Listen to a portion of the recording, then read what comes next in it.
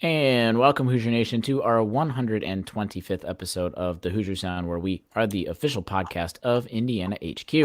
We are recording this edition of the Hoosier Sound on Tuesday evening, January 21st, 2020, where I am your host, Noah Freeman. On the docket for tonight, since by the time a lot of us will be listening to this podcast, we figured we don't need to linger too much on Rutgers. We can just mention it here and there. So we're going to focus mostly on the first true road victory of the year for the Hoosiers against Nebraska.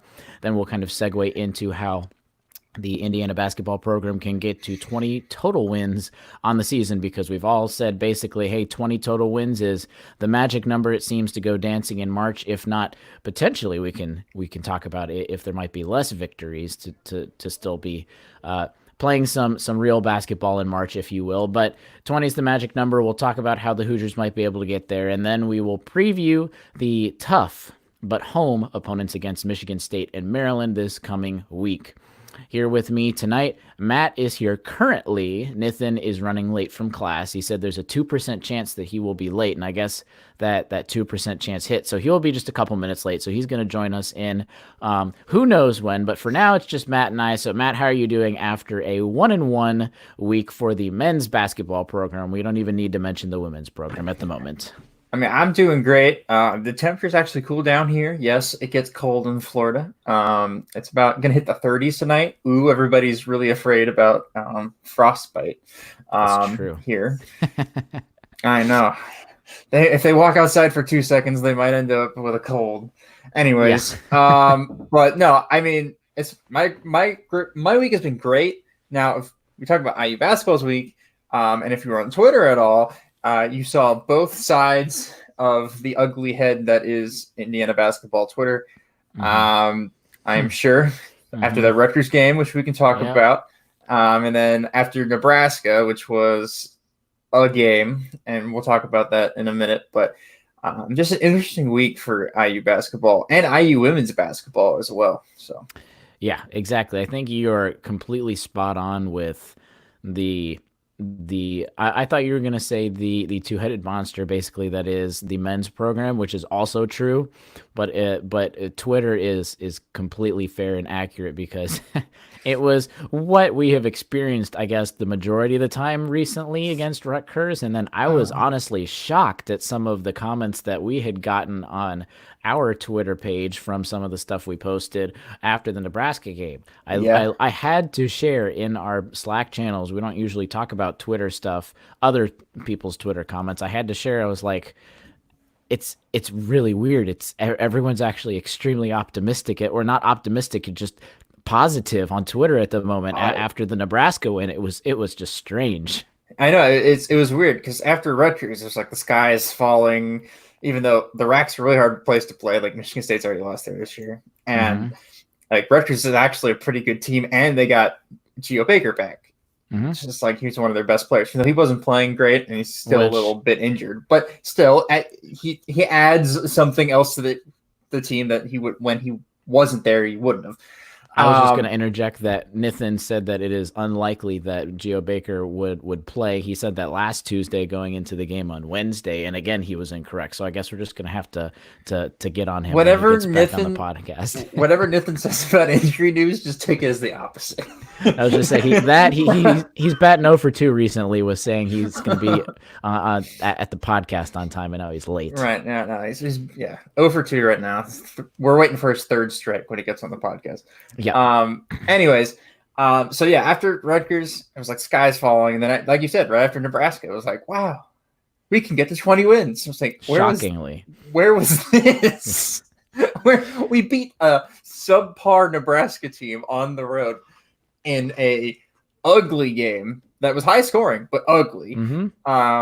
We beat them, and everybody's like, we're making the tournament. We're going to the Final Four. And I'm like, what is happening? It was very strange. So speaking of that win, of course, Indiana defeated Nebraska for their first true road victory.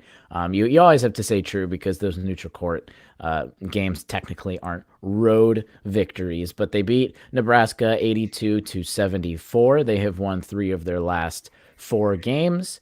And I'll open up basically with your thoughts on the Nebraska game, because there's a bunch of different ways I guess you could go about thinking of this game, but this is.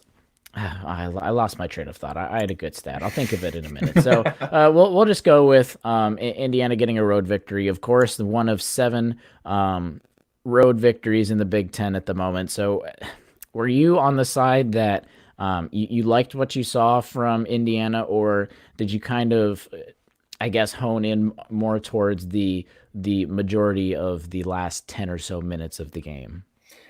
I think I'm one of those people that neither actually. I think if you're looking at this with a realistic point of view, which I try to be realistic as much as possible, this Indiana team going up against Nebraska hits all the hallmarks of a team that Nebraska's going to be terrible against. Nebraska's small and guard oriented, and we have guards and forwards that can guard guards, whether you like it or not. Sometimes they choose not to, but they're supposed to. And we have big men that can take advantage of size mismatches in Joey Brunk and Trace Jackson-Davis and Deron Davis if he played, and Race Thompson and whatever. Our bigs know how to take advantage of size, and the tallest guy in Nebraska is like 6'9" that they play. So we're going to be a bigger team than them at all points during the game, no matter who's on the floor. And that's what we did. And that's why we scored 82 points in this game. That's why we scored 90 points the last time we met them, because they can't stop us from scoring.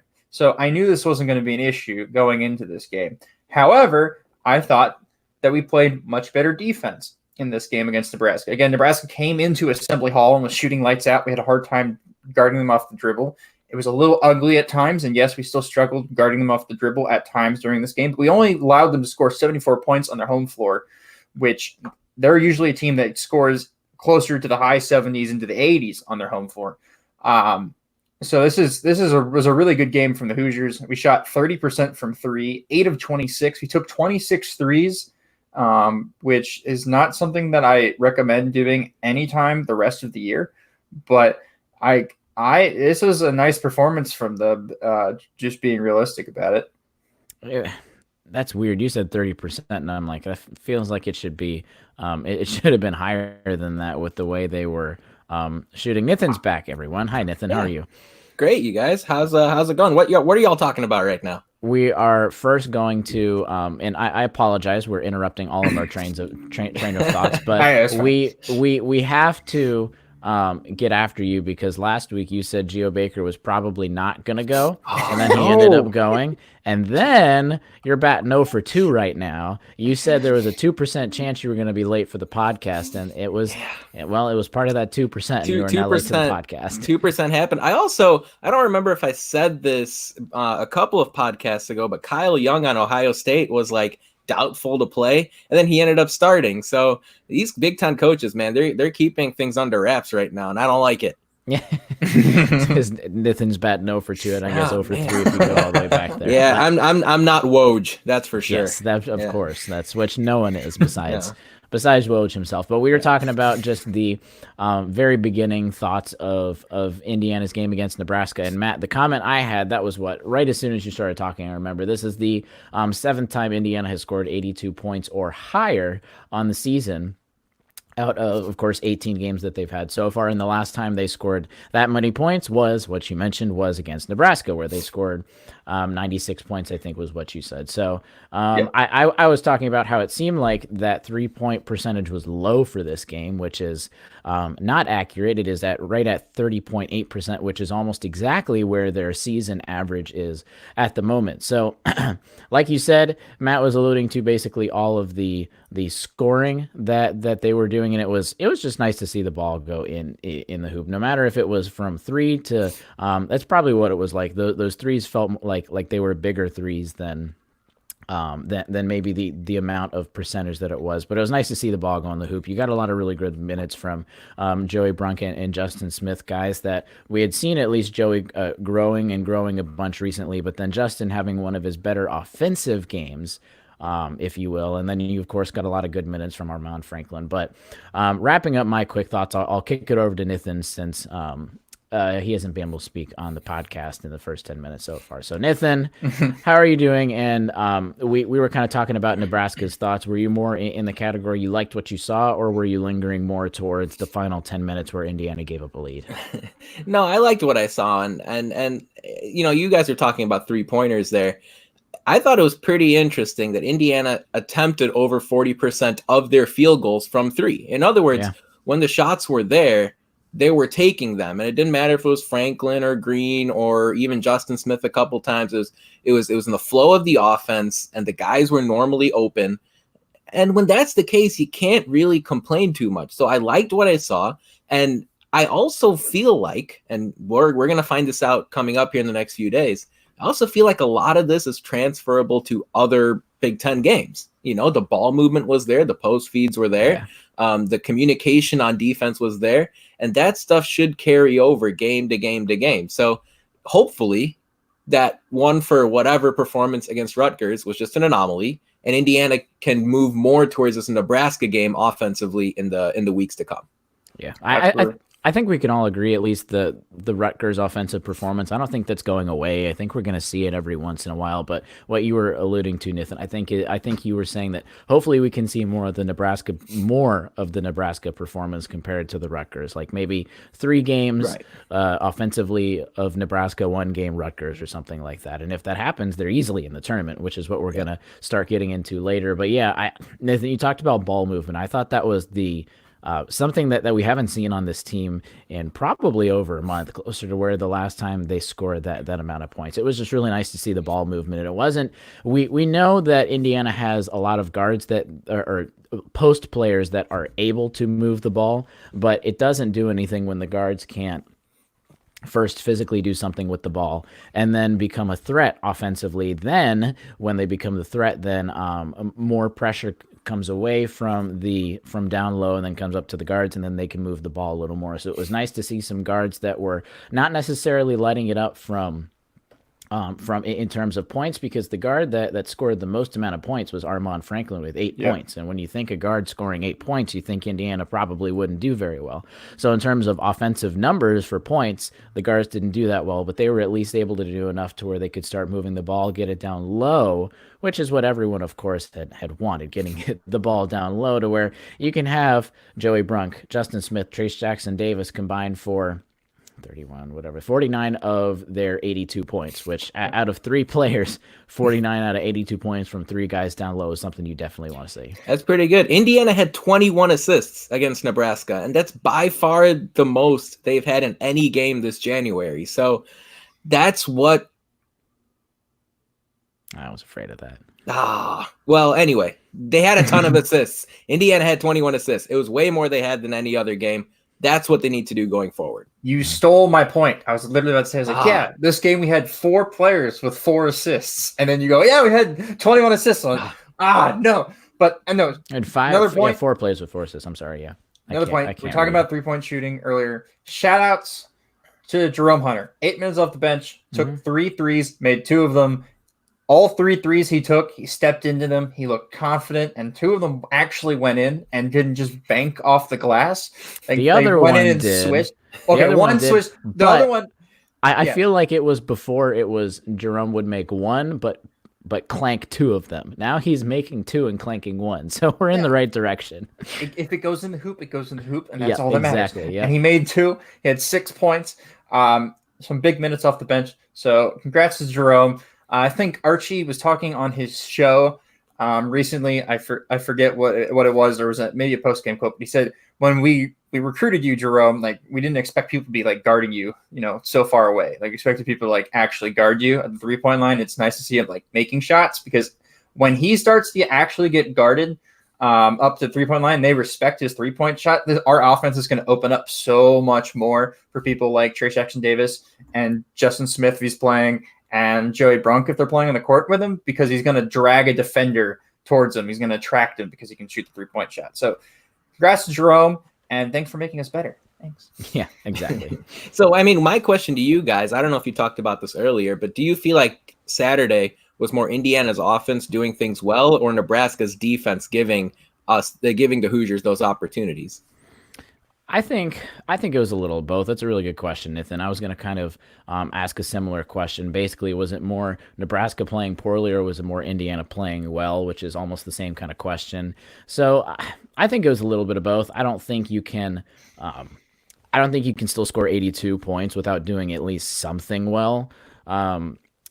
I don't know if, but I would assume Matt would agree. But Matt also talked a little bit about the defense as well. I think you started to open yourself up with the offensive side.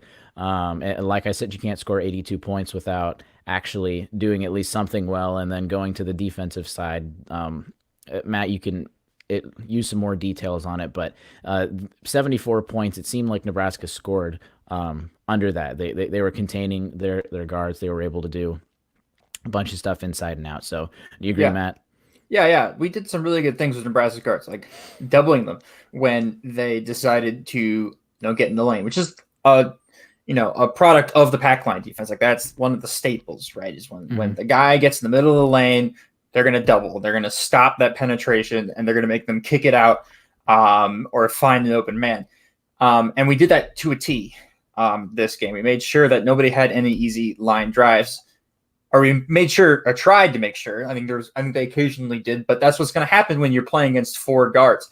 And on the other side of that coin, something you were talking about earlier is like playing against four guards. Like we can use this to get open shots when we play teams that are bigger. And you're right, because four guards, while yes, they don't have the size, they do have the mobility, right? Mm-hmm. So you have four guys zipping around the court, trying to, get in passing lanes and deflect balls and trying to, get on the catch, try to get steals. And we did a really good job of attracting their shooters, attracting their defenders out to our shooters, and then throwing the ball in and safely. There's so many times the last couple games where you can go back and look at terrible post entries. And in this game, we actually had decent post entries to the likes of Trey Jackson-Davis and Joey Brunk, especially in the second half. And that is why our guys had 6 of 7 from the field in Trey Jackson-Davis and 7 of 8 from the field in Joey Brunk, because they caught the ball cleanly and in rhythm and were ready to go back and do their post move or catch it and put it up.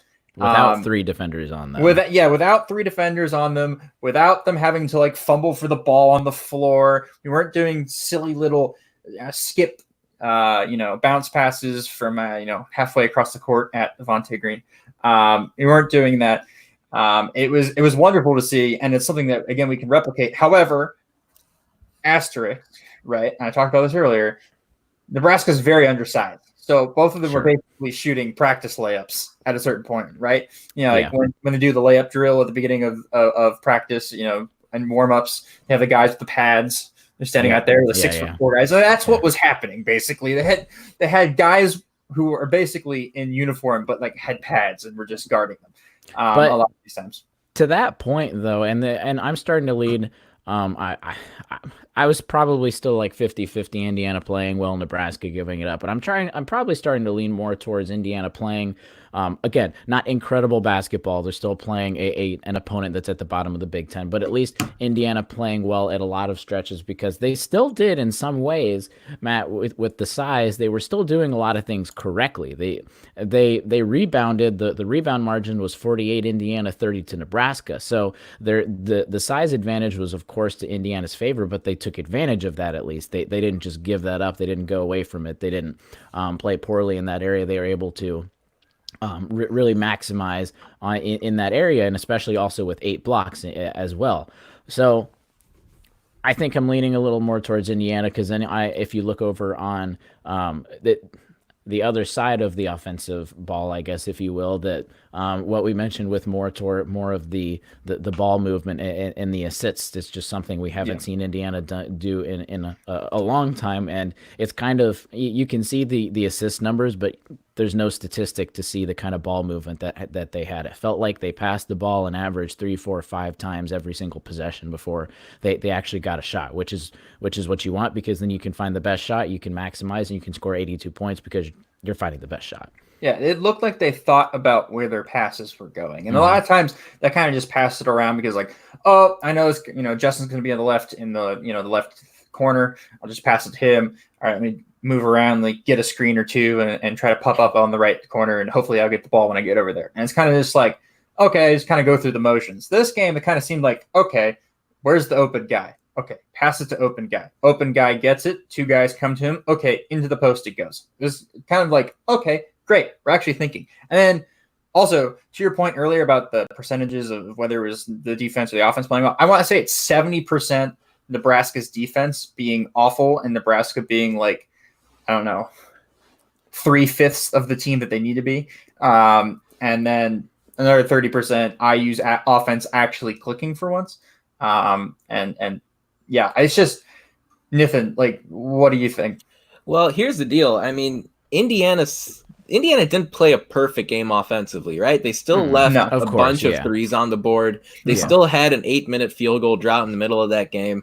And they still ended up with 82 points. So I'm going to lean towards, hey, Indiana's doing some stuff, did some stuff on Saturday that's transferable to games coming up here. We'll see what happens. Like, there have been a few of these games. You know, we can look to the Florida State game back in December where IU scored 80 points and still left some points at the free throw line and still turned it over a bunch.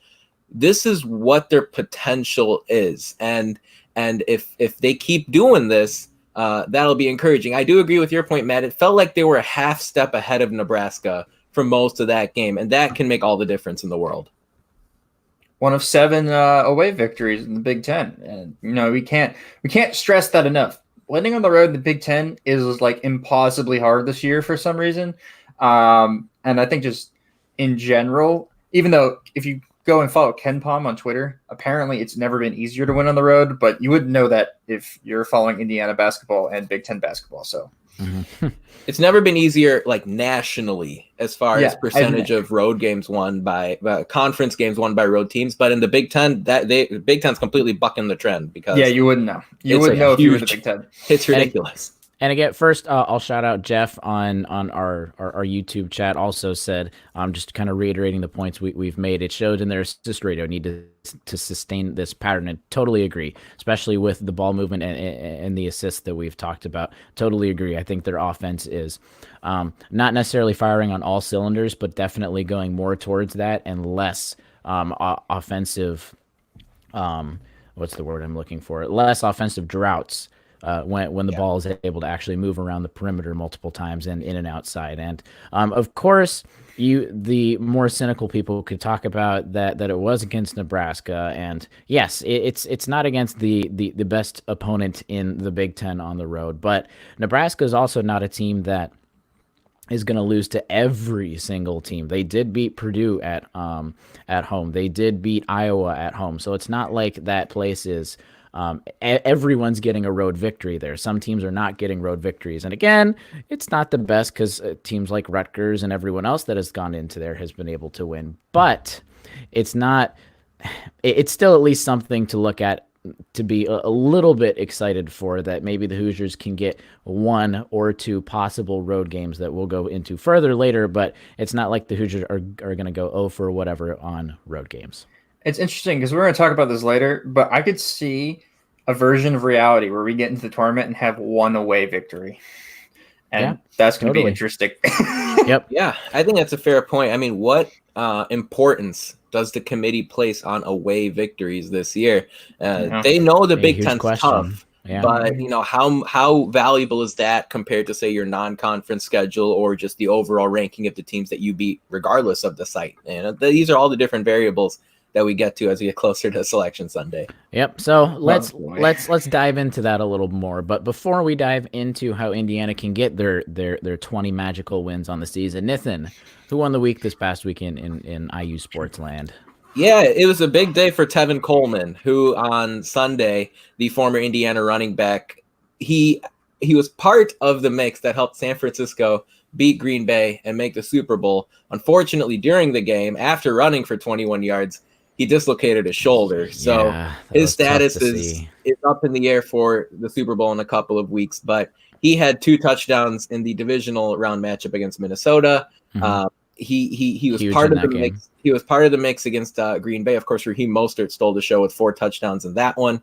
So now Tevin Coleman, for the second time in his brief NFL career, is in the Super Bowl. And there are lots of players who go their entire 10 or 15-year career without even making one. So shout out Jay Cutler. So I would say Tevin Coleman won the week. You can even go as far as Indiana football alums with like Roger Saffold getting into the Super Bowl last year and everything. Now let's hope Tevin Coleman, at least for his sake, can break that streak and that a Hoosier can get a Super Bowl victory. Whoever you're rooting for, that was just more for Tevin. But for those that didn't see, he was running the ball, fell on his arm, and he had to be carted off for a shoulder injury. That's how, at least at the beginning stages, which as of Tuesday evening, it's still beginning stages. We don't necessarily know how bad it is. He had to be carted off for an arm/shoulder injury.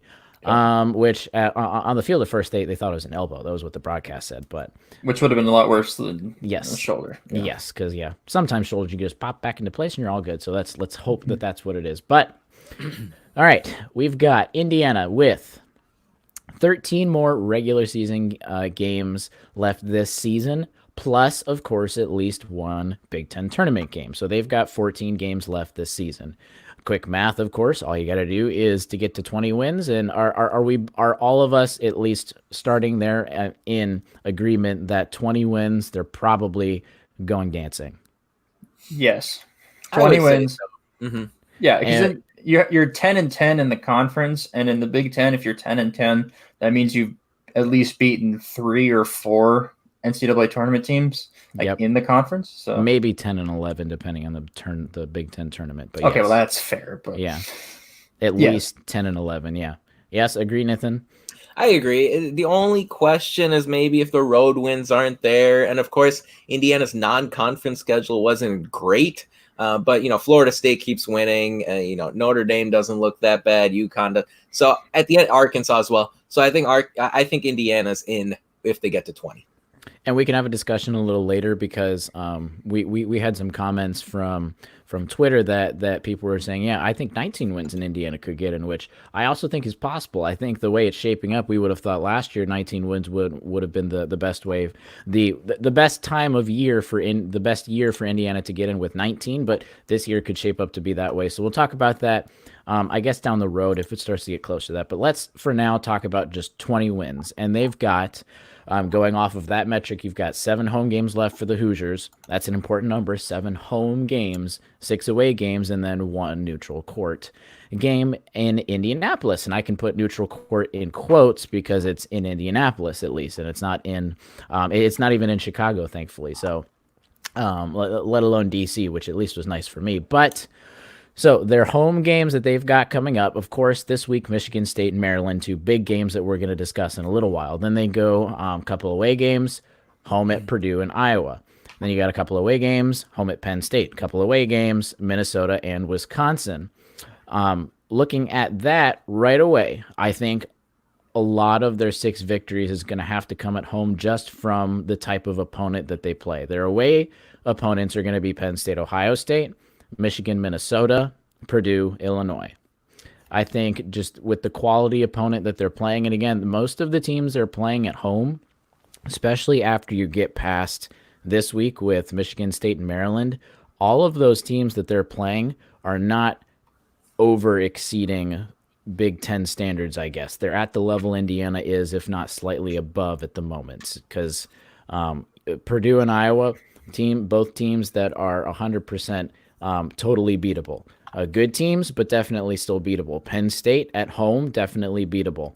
Minnesota, definitely beatable at home. Wisconsin, definitely beatable at home. And I say can we also agree that basically we are assuming that Indiana's going to play sort of kind of average this season for this discussion? I think, of course, they're going to have a couple games that are lackluster, but we just don't know when those are going to occur, and neither will Archie until the game. So can we agree that sort of kind of doing all of this based on relative consistency? Yeah.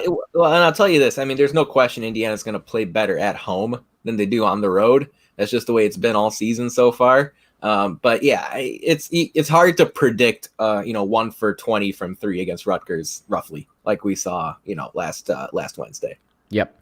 So let's look at what the computer metrics say. They have all of Indiana's home. So Ken Palm thinks as of today, Tuesday evening, Ken Palm has Indiana going 10-10 in the conference and 20-11 overall on the season. Now, some of these percentages, because if you're not familiar with Ken Palm very much, they give you every single game. They predict the score and the outcome of the game based on all of the computer stuff that they have. So they'll give you the percentage chance they have to win. Now, technically, Ken Palm only predicts 4 more Hoosier victories. So that's still 2 away to get to 20 and then 10-10 in conference. So basically they're saying there's 2 games up in the air that they think Indiana's still going to win, whether that be they're going off of like right now the home game against Iowa. They think Indiana only has a 49% chance. Maybe they think that that's just so close to 50 it's a coin toss. And then the other game is Maryland that's closest to 50, which is 47%. But right now, Ken Palm has Indiana winning home against Purdue, home against Penn State, home against Wisconsin, home against Minnesota. Can we start there at least with Ken Palm? And I'll kick it over to Matt. Do you agree with what Ken Palm at least says right now for 4 of the victories being home against, I'll repeat it, Purdue, Penn State, Minnesota, Wisconsin? What was that again? So do you agree with right now we're starting with Ken Palm because we need 6 victories, 4 of them being at home to Purdue, Penn State, Minnesota, Wisconsin? Yes, those have to be victories. And we can make those baseline because Purdue is right now getting their butts kicked by Illinois at home. And then if we go down the list, Minnesota's been up or down, Wisconsin's been up or down, and then Penn State's been up or down. So we got to mark those 4 on his wins. 4 wins right there, Nathan, or is one a question mark for you? I would say for now those are 4 wins. The only question that I have is, Minnesota and Wisconsin come at the end of the season, the regular season. Mm-hmm. Is Indiana in a place mentally or emotionally where they've kind of navigated the turbulent seas of the Big Ten, where they're in a good spot? They're at 18 wins, so to say, with those 2 games to come. Because if they are, they'll be all right. But if for whatever reason we see something like we saw last year where they drop 5 or 6 in a row, then not only does it hurt you on your resume, it hurts you sort of in the locker room and between the ears as well. Sure, which is a fair point, and I think you're right, especially at the end of the season, because that means they will have to be 18-11 and then 8-10 in conference play, and it's basically going to have to be, you guys are going to have to win these last 2 games, right, or 1-1 and make a bigger showing in the conference tournament. So I agree with that. So for now, I guess we'll put those as those 4 victories. Now, those are 4 of 7, and the other ones they have are where am I looking at quickly? They think Indiana's going to lose to Michigan State, Maryland, and Iowa.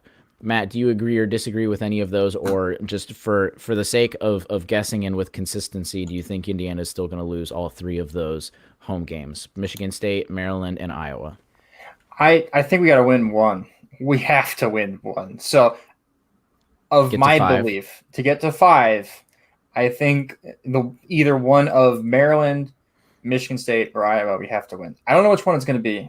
I couldn't put money on it. I couldn't bet it, but I just feel like one of those games, we're going to have a bringer A game to one of those games, and we're going to win. Yeah, that's a tough question. Do I think Indiana will win those 3 games? So here, I'll just go game by game. I think they'll lose to Michigan State. I think they'll beat Maryland. And then the Iowa one, man, that Iowa's a tricky team. They've been they can really put up a ton of points on you in a hurry. That's going to be a Thursday night game in Assembly Hall. I think I'll say the Hoosiers win it. So I say the Hoosiers win 2 of those. 2 of those home games? Yeah. So you think I like it. Indiana's going to get to their 6 at home. Yeah, okay. And that's just the way the Big Ten is. And Matt kind of touched on it earlier. I'm not sure if IU wins another road game all season. If you look at the Ken Palm numbers that you've referenced, Noah, Indiana's got a better chance of winning any of their home games compared to any of their road games. So they've got a better chance of beating Michigan State at home than they do at winning at Minnesota or at Purdue, for example. So the way I look at it, protect your home court and then try to steal one somewhere on the road. That's just the way the Big Ten's been.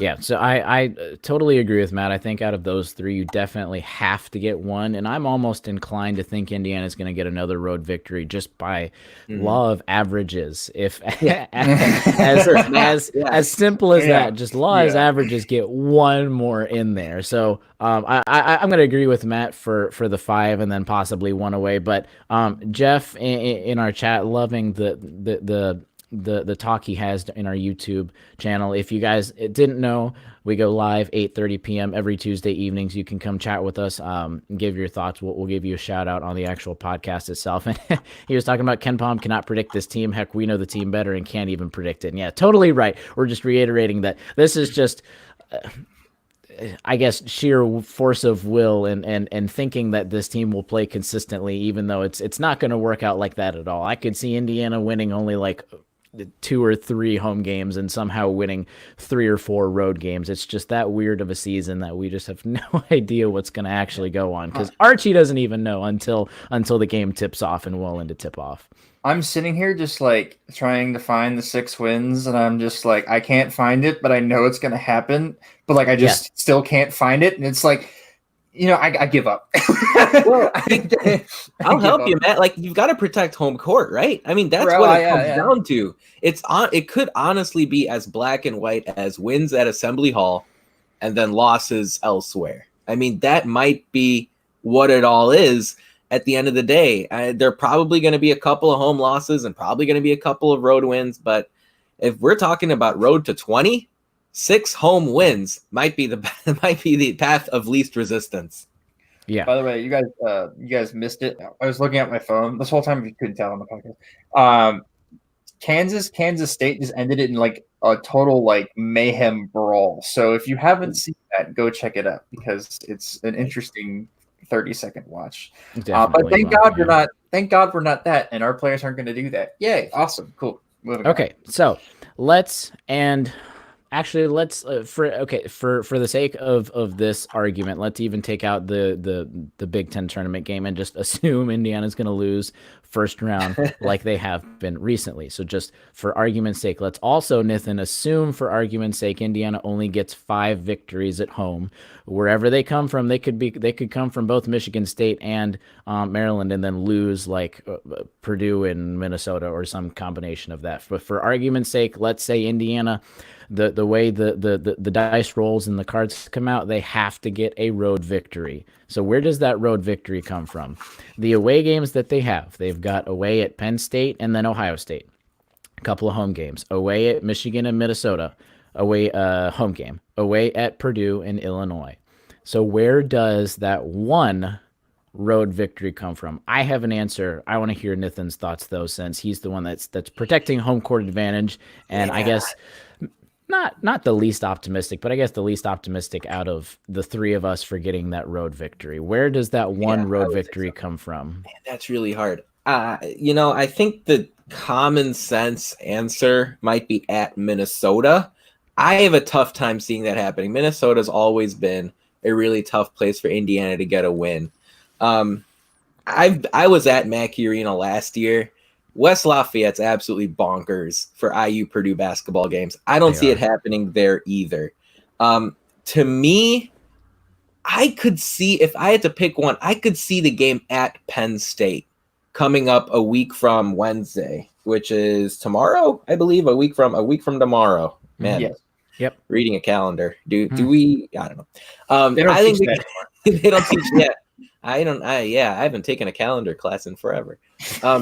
The Penn State game to me is Indiana's best shot. In fact, I might even put the following game at Ohio State as Indiana's second best shot, just given the timing of things right now. So if you ask me, I would say the top, number 1 at Penn State, number 2 at Ohio State. 2 games coming up, really, in the next couple of weeks. All right, Matt. I got a different argument. So you talk about Purdue and Mackey Arena. They just lost at home to Illinois. So I'm going to say Indiana's there. And Purdue's going to and Indiana's going to bring it because they know they lost Purdue twice last year. especially at home on a tip-in. That was an over-the-back call, but anyways, that's besides the point. So Purdue and Illinois are my two winnable games. I think we match up really well against Illinois' team. The way that Illinois runs their basketball team, like the system they use, the pack line matches up really well with them offensively and defensively. So I really like our matchup against Illinois and at Purdue. So those are the last two road games of the year. If we're going to get a road game and a road win, it's going to be one of those two, in my opinion. Okay. I'm going to disagree a little bit. I totally agree. I think Penn State is definitely a front runner for the for a road victory, because there is no home court advantage for or just any crowd advantage for either team for Penn State. So it's going to be basically how good is your routine when you go on the road in terms of literally like sleeping and eating and traveling and all that stuff. And how good is your routine when you just step onto another court and use different basketballs that just aren't what you specifically do. It's not there's not going to be anything else that is swayed in your favor, basically. But then I'm going to go more towards, I'm going to disagree. I think Minnesota is compared to you guys at least a lot higher up there for in terms of an away possible victory. And Ken Palm agrees with me too. That is the highest chance that. Tied with Illinois, the highest chance that the Hoosiers have for a victory. Now they're still predicting the losses, but it's the highest chances for a victory compared to anything else. And then I'm also going to go towards what Matt said is Illinois. I'm not necessarily sold on Illinois being a top 25 team. They are still an incredibly good team. I think they're just outside of it. I just don't think they're top 25 to where they're unbeatable is what I'm saying. They did just smack the Boilermakers in West Lafayette as we speak. But then over the weekend, they almost lost to Northwestern at home, which is the same thing. Which if it weren't for basically the same thing like we've seen as Illinois getting hot at specific times, they would have lost to Northwestern at home. And can you imagine losing to Northwestern at home this year? I mean, yeah, can you imagine being in a close game with Northwestern at home? I mean, wow. What is that like? What are your guys' thoughts on that weekend game coming up in a couple of weeks in Columbus against Ohio State? Because it seems like right now they're a completely different team than they were, say, back in November and December. No, you can take this. Sorry, I'm chatting with Jeff. Okay. Sorry, what was that thing? Yeah. So, to me, right, Ohio State is probably a team that the computers really like because they've beaten a ton of great teams all season, but they're clearly in a major slump right now. What are your thoughts on Indiana's chances when they go to Columbus in a couple of weeks? See, I would say I like their chances, but I can't predict anything in the Big Ten because teams like to go through slumps and then get good again out of nowhere.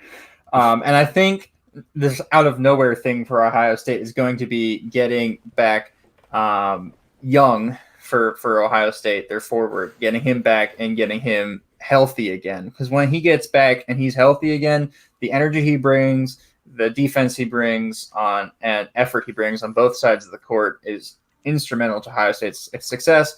And then I think they should also get both of their guards. I think Chris Holtman's a really good coach, by the way, and they'll get both their guards, Washington and I forget the other guy. Luther Muhammad. They'll get them back on the same page, and they'll be a powerhouse and a force to be reckoned with come tournament time, and probably come time we visit them in Columbus. So, Nathan, was your question basically about Ohio State and if Indiana has a shot at getting one in Columbus? Right, at least compared to maybe some of those other road games that we were talking about. Because, to me, Ohio State's not exactly a great atmosphere. I've seen Ohio State basketball play in Columbus in a Big Ten game. It's not close to the top half of the Big Ten as far as atmospheres go. Indiana just beat them a couple weeks ago. What are your thoughts? No, it's not the biggest atmosphere compared to other ones like in Michigan or Indiana, both programs in those states. But just looking at the other schools, I feel like that's got to be a lot harder compared to Penn State or Illinois to some extent, or even Minnesota. I mean, Ken Palm technically has, and again, take the computer rankings for what you will, but Ken Palm and it still has Ohio State at 13th because of some of the recent victories, and I have a feeling that factors into the percentage of how they think Ohio State's going to beat Indiana, but right now at the moment, that is the worst chance that IU has to win any game through the rest of the season. So, and again, I still think that's because Ken Palm uses the last 10 games basically to get most of their ranking, and of course, 10 games ago they weren't what they have been playing the last 5 or 6. But anyway, I still see a victory over other schools before that, and then I don't think there's much of a chance against at Michigan. Who else am I looking at? At Purdue. Agree. Yeah, I mean, fair enough. Although Matt, you were saying that road game against Purdue is a chance. I think it's winnable if they keep playing like they have been the last couple of weeks. Purdue might be a bottom 4 or 5 team in the Big Ten. They have some crazy bad offensive nights. I mean, like shockingly, but they only scored 52, I think, in Nebraska, and we just saw what Indiana's average offensive team's capable of doing there. So the one thing I will say about the Ken Palm stuff, you take again grain of salt, but every game from here on out is supposed to be a 7-point margin according to Ken, or less. Mm-hmm. So So make sure you get your blood pressure checked like now, because if you're an Indiana fan, this is going to be a really fun ride, metaphorically, not like circus fun, but but roller coaster fun.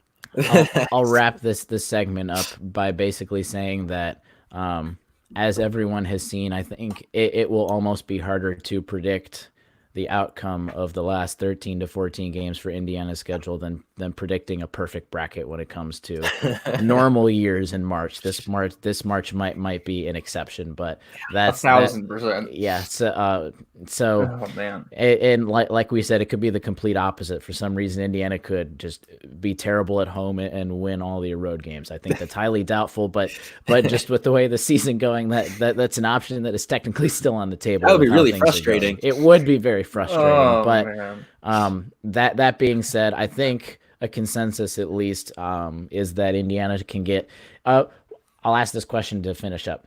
Indiana gets 5 wins at home, 1 win away. Do you think and do you predict that Indiana actually will get to those 6 victories, Nathan? Geez. I say yes. Noah says yes, huh? Well, I think they get 6. 6. With the Big Ten tournament, I think they get to 2-0. Yeah, I'm going to say no.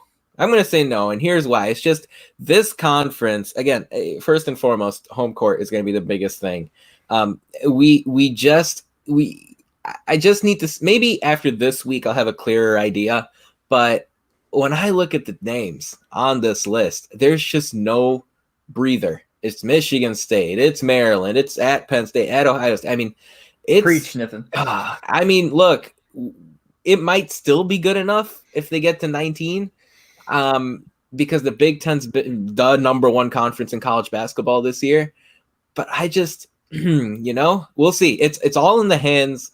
It's all in the hands. Turn that around on you, though. Turn that around on you. Every single team has a gauntlet if they don't face Northwestern or Nebraska. Every team is looking at the exact same thing, because when you looked at right now Ken Palm's rankings, which is what everyone's going off of this week, there were 5 or 6 teams that were predicted at 10 and 10 in conference record, and then what was it, 8 or 9 that were somewhere within 12 and 8 and like 9 and 11 or something like that, to where it's like, I think that's the point, that it's just, this is just such, every team is just, it's such, everyone's just so up in the air that I think 6 wins comes somewhere out of 14 games. And just the way Indiana has shown that they can play at some points, and they have racked up victories recently, to where I think if you do law of averages again, 6 games out of 14, I think they're going to try and be able to get the W somewhere in there. Yeah, this question is probably one of the most 50-50 questions that I've talked about with you guys since we started this. I mean, this is totally fair. As on the fence as it gets. Here's the thing. I'll put it as simple as this. There are going to be a ton of close games coming up. Will Indiana deliver consistently at the free throw line in late and close situations? If they can knock them down in those 2 or 3 point games, they'll hit 20. But I'm just skeptical right now. Do you agree? At least Nathan. At least a bunch of bad podcasts and a few good podcasts sprinkled in there with the next 2 months. It's gonna be a wild ride. Heck, we might. I mean, I have no idea how this week's gonna go. I really don't. We're gonna talk about both opponents coming up. Indiana could lose both games by 20 each. They could win both games by 20. I have no clue. Okay, exactly. Matt, your turn. Sorry, we kind of just shunned you for a second. It's fine. I'm usually talking by myself a lot, anyways, on this podcast. So I do that. No. I do think we get to 20 wins, though I think our 20th win will be the first game of the Big Ten tournament. So I think we'll get 5 wins from here in the Big Ten. We'll get our 6th win in the Big Ten tournament, and we'll be sitting there crossing our fingers on Selection Sunday, hoping we're like a 9 seed. So, which is what everyone predicted, I think. When it all came, when everything was said and done, I think actually most people predicted bubble, but getting in on the bubble. So let's move into, so we don't make this too long of a podcast. We won't mention the Michigan State and Maryland game. We won't take 20 or 30 minutes to preview them, but we'll still give our thoughts on it since those are 2 huge home victories, because those are games that Indiana could go 0-2 in, or they could make a stand and say, hey, Indiana's here, that they could actually play to win and win one or both of those games. But before that, Matt, what's your social media shout out for this week? Social media shout out. Social media shout out this week definitely goes to the basketball program. And they just tweeted this out recently. So if you guys haven't seen it and you're going to the game on Thursday, they're doing a red out. So make sure you guys all wear red. If you're going to Assembly Hall on Thursday to go to the Michigan State game, wear red out on Thursday for Assembly Hall, which will look really cool on television. So. Jeff just made a point that made me also remember these home games. This is the first time this calendar year that students will be back on Thursday. It'll be nice. And yes. I think as loud as it was against Ohio State, I think everyone can agree there's this little tiny notch that just takes it a step further when students are there. Yes, it's nothing like very true. Sneaking some taco into the student section and enjoying a game. Okay, we're going to go on to Michigan State this Thursday, like we've said. Michigan State is number 11th in the AP poll, 8th in Ken Palm at the moment. The game is Thursday, January 23rd at 8:30 p.m. Nice late tip-off. Thanks, guys. A lot of weekend early games and then a lot of late tip-offs. There's no consistency. Anyway, 8:30 tip-off on FS1. Right now, ESPN gives the Hoosiers a 32.4% chance of winning. Ken Palm gives it a 43% chance of winning. So, who was taking Michigan State? Was Nathan taking Michigan State? All right, Nathan, give us a quick rundown of our Michigan State game this Thursday. Yeah, they're going to be the toughest home opponent Indiana faces for the rest of the season. They're really, really good. And I know they had some struggles early on, but like you said, they're up into the 11th position in the AP poll, top 8 team in Ken Palm, top 10 offense overall. They're just a really balanced, multifaceted team. They have great guard play, great post play. They can hit you with some threes. There aren't too many weaknesses with Michigan State. Their ringleader is Cassius Winston, a name that probably everyone's familiar with. He's a guy throwing 18 points a game, 6 assists. He can chip in on rebounds. Tom Izzo's basically said he runs the team. So there you go. I mean, the guy is one of the best players in the country. He's probably going to be a first-team All-American when it's all said and done. He should be. But there are some other key role players that Michigan State has. Xavier Tillman, big man, 6'8". He's gonna be a force inside. And then Aaron Henry, Indianapolis kid, versatile player, and he's almost he's one of those guys where if he plays well, Michigan State almost always. Like when Aaron Henry's on his game, Michigan State wins. And if he struggles, okay, now you've got a shot. So that's real. Those are really the key guys when it comes to MS.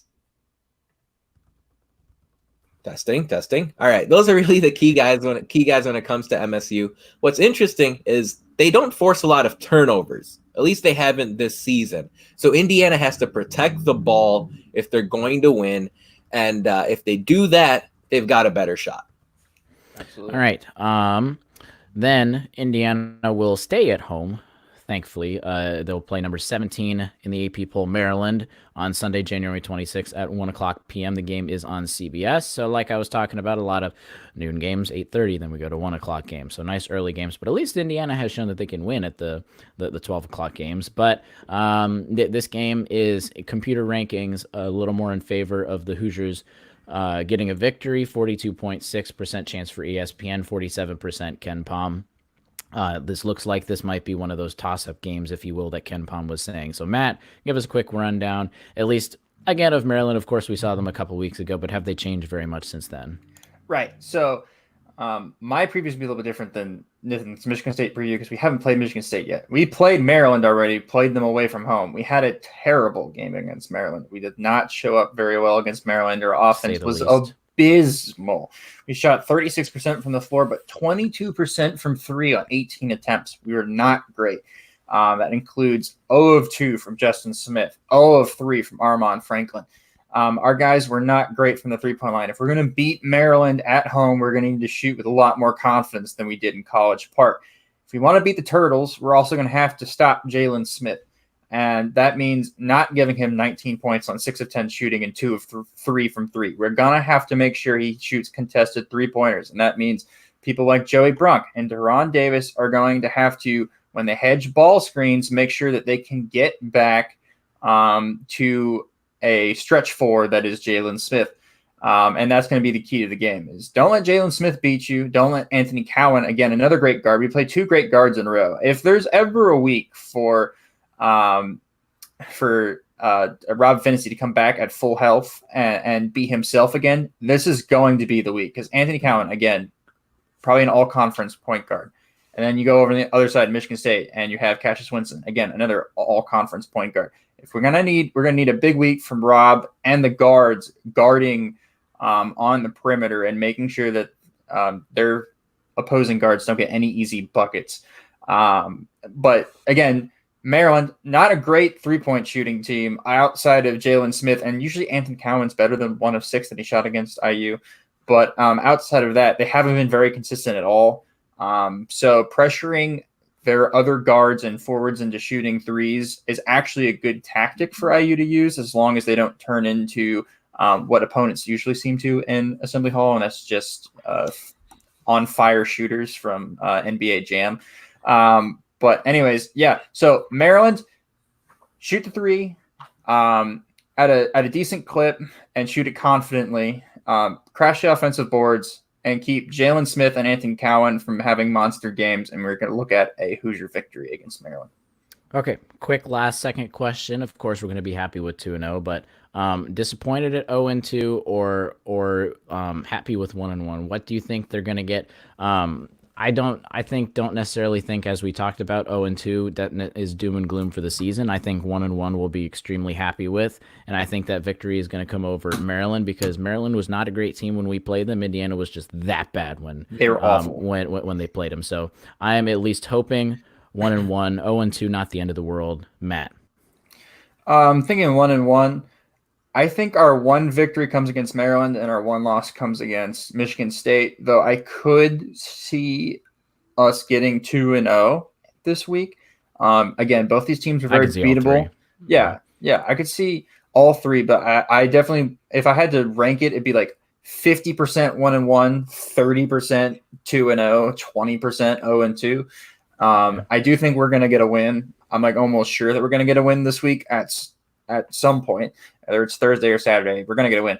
And then, so yep. I hope that's what happens because otherwise I'm going to be very sad if it's 0-2. Well, if 0-2 happens, I agree with no, it's not the end of the world. Now, look, Indiana does get graded on a higher curve, in my opinion, when they play at Assembly Hall. 0-2, you can figure things out still, but I think it's going to be a 1-1 week. Same deal with the loss to Michigan State, the win against Maryland. If Indiana's 2-0, that's going to send a message to Hoosier Nation and the rest of the Big Ten. I'll tell you that. Yes. Yep, yes, exactly. It's statement week for the Hoosiers. Not the end of the world. Statement week. Can they beat Maryland, a ranked opponent? Can they beat and or Michigan State and start making it, hey, maybe Indiana can beat Michigan State consistently every single year. So it's up to them.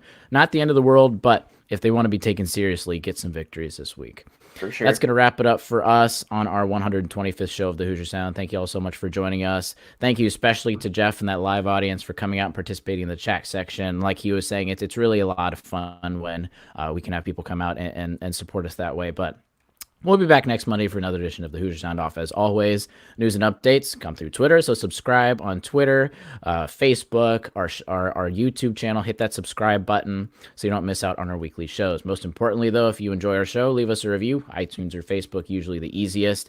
And tell a friend. That's how we share this podcast. Word of mouth. Your support really grows this podcast, so we can reach all of those passionate IU fans such as yourself. But as always, thank you for listening, Hoosier Nation, and we'll see you next time. Peace.